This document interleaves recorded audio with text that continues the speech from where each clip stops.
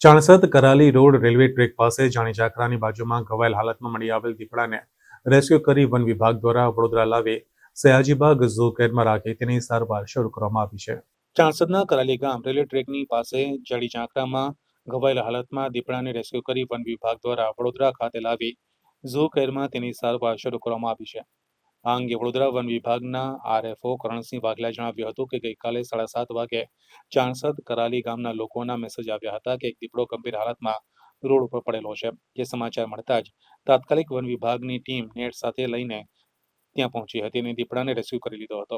હાલ તેની સારવાર ચાલુ છે અને માથાના ભાગ અને પીઠ પાછળ ગંભીર ઈજા થઈ છે અને લોહી ઘણું વહી ગયું છે. દીપડો ક્રિટિકલ કન્ડિશનમાં છે. હાલ ઝૂ વિભાગ અને વન વિભાગના ડોક્ટરોને સાથે રાખીને દીપડાની સારવાર ચાલી રહી છે. હાલ દીપડો સયાજીબાગ પ્રાણી સંગ્રહાલયના ઝૂના કેર સેન્ટરમાં રાખવામાં આવ્યો છે અને અંદાજે 6 થી 7 વર્ષની ઉંમર હોય તેમ જણાવ્યું છે. માથાના ભાગે અને પીઠ પાછળ એને ગંભીર ઈજા થયેલ છે અને ઘણું બધું બ્લડ લોસ થયેલ છે અને થોડું ક્રિટિકલ કન્ડિશનમાં હાલ છે અને એનો બ્લડ લોસ અત્યારે બી ચાલુ છે અને બોટલ તેમજ જે ડૉક્ટરની ટીમ છે જો વિભાગના જે ડૉક્ટર છે અને વન વિભાગના ડૉક્ટર એના સાથે રાખી એની સારવાર હાલ ચાલુ છે.